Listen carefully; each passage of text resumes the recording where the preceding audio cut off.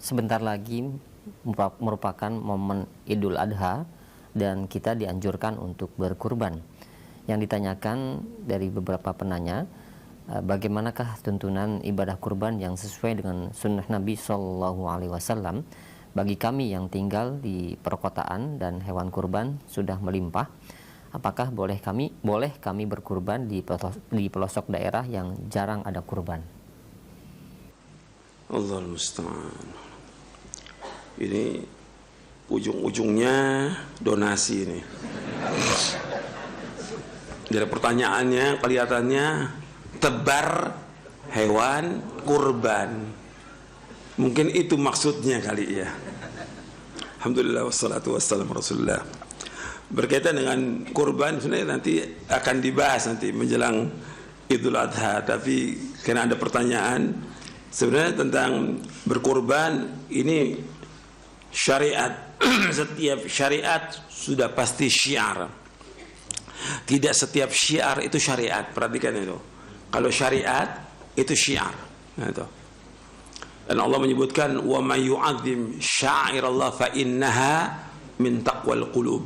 Dalam surah Al-Hajj, barang siapa yang mengagungkan syiar-syiar agama Allah, maka dia termasuk orang yang bertakwa.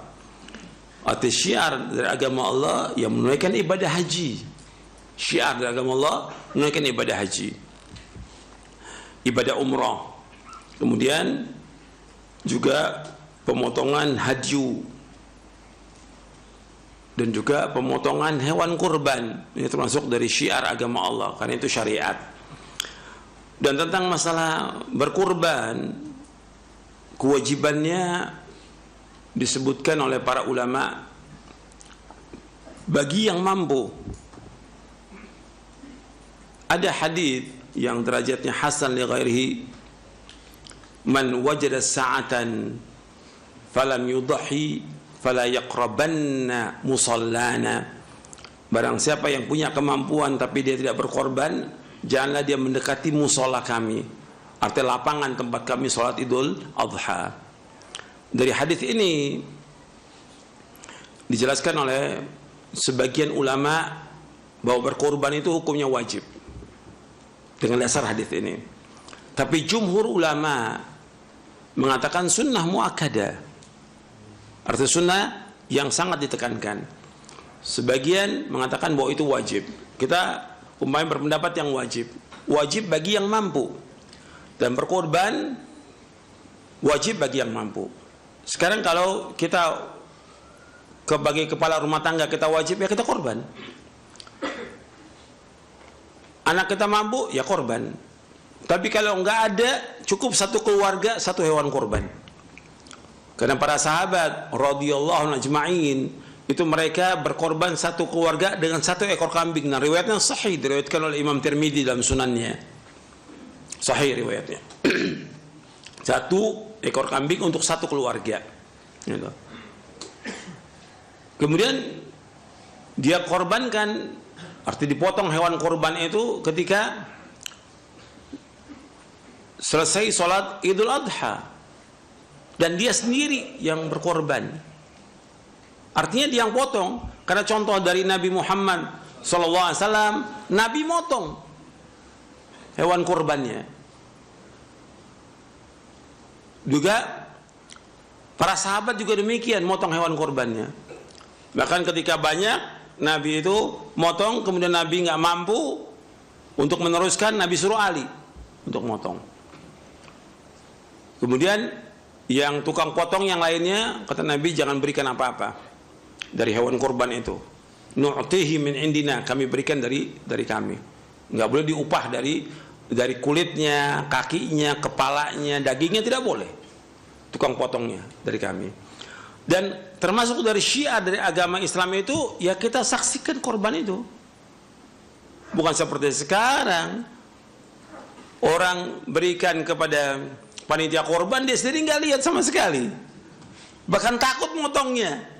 Gimana takut motong? Nabi contohkan motong, lihat darahnya. Kalau antum lihat darah kambing takut, gimana mau jihad? Lihat darah kambing takut. Allahul musta'an. Gimana mau jihad itu? Gimana antum takut? Lihat, itu syiar dari agama ini.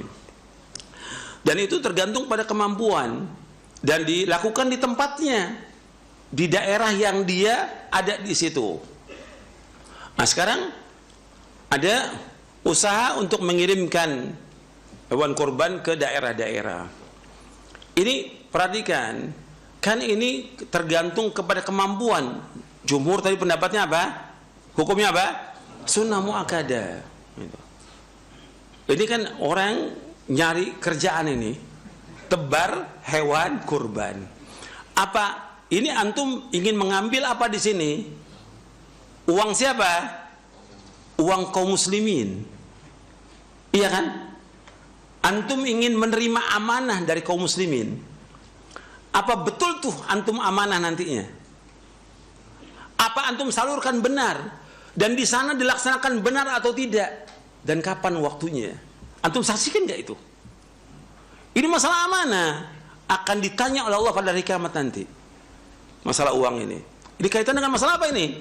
Donasi. Ini yang ada. Yang berkali-kali saya sampaikan.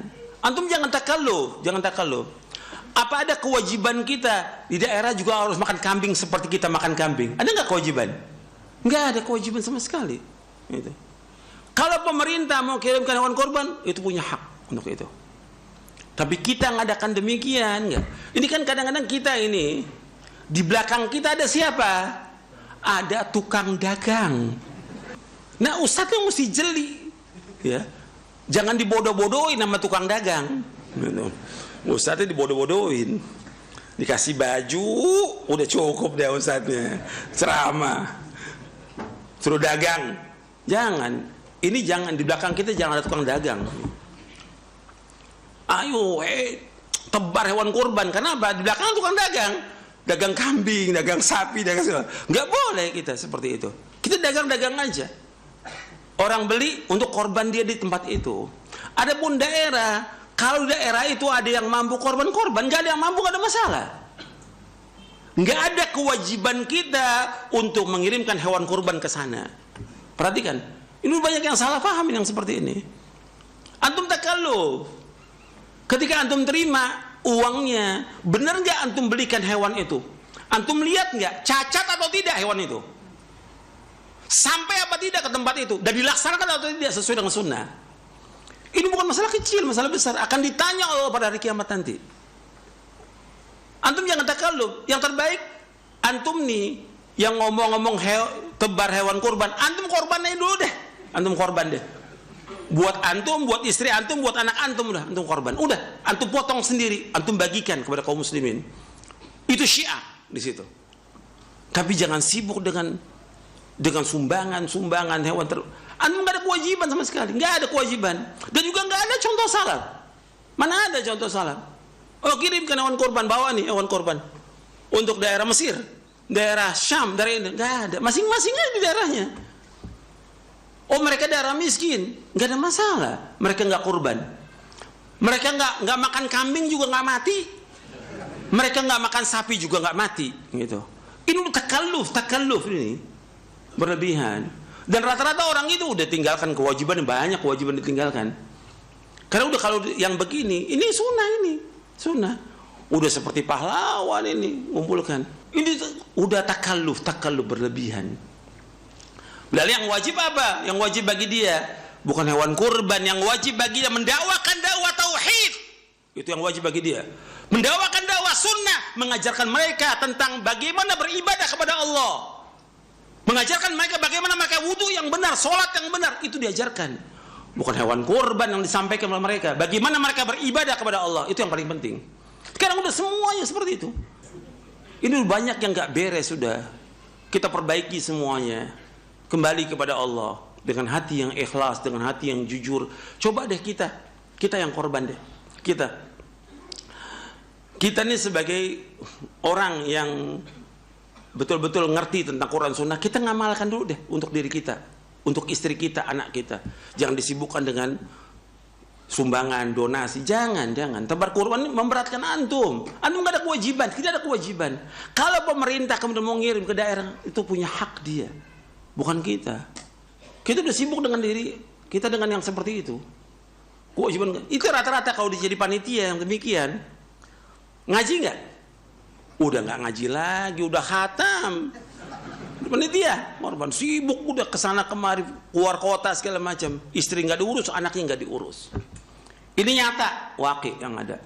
Dan kita nggak tahu juga uang yang masuk tuh berapa, dibelikan atau tidak, disampaikan atau tidak, itu kita nggak tahu.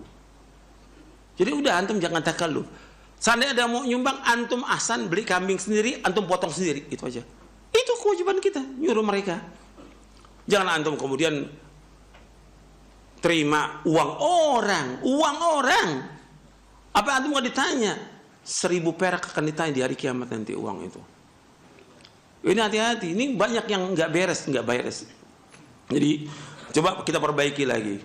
Bukan nggak boleh kurban, jangan salah paham. Kurban dianjurkan syiar agama Allah. Tapi untuk siapa? Untuk antum korban. Jadi kita lihat deh, mendingan kita aja yang korban deh. Untuk keluarga kita anjurin masyarakat untuk korban, untuk mereka korban. Masing-masing korban. Kemudian mereka bagikan deh. Jadi jangan takalluf. Kita aja untuk ngurusin di kampung aja nggak beres, apalagi ngurusin untuk orang lain. Keluarga yang nggak beres, ngurusin orang lain. Jadi kewajiban itu, kalau seandainya pun wajib ingin membagi daerah, itu kewajibannya siapa? Ulul amri, bukan antum. Nggak udah satu nih, rata yang lain. Kan nggak mau kalah, nih tebar korban, kasih rekening. Yang lain nggak, anda juga mau nih, gitu. Terus kemana uang umat itu antum akan ditanya di hari kiamat? Harta itu bukan masalah kecil, masalah besar. Ya saya pikir cukup sampai di sini. Mudah-mudahan yang saya sampaikan bermanfaat. Wassallallahu nabiyana Muhammadin sallallahu alaihi wasallam, subhanallahi bihamdik, asyhadu an la ilaha illa anta astaghfiruka wa atubu ilaik. Assalamualaikum warahmatullahi wabarakatuh.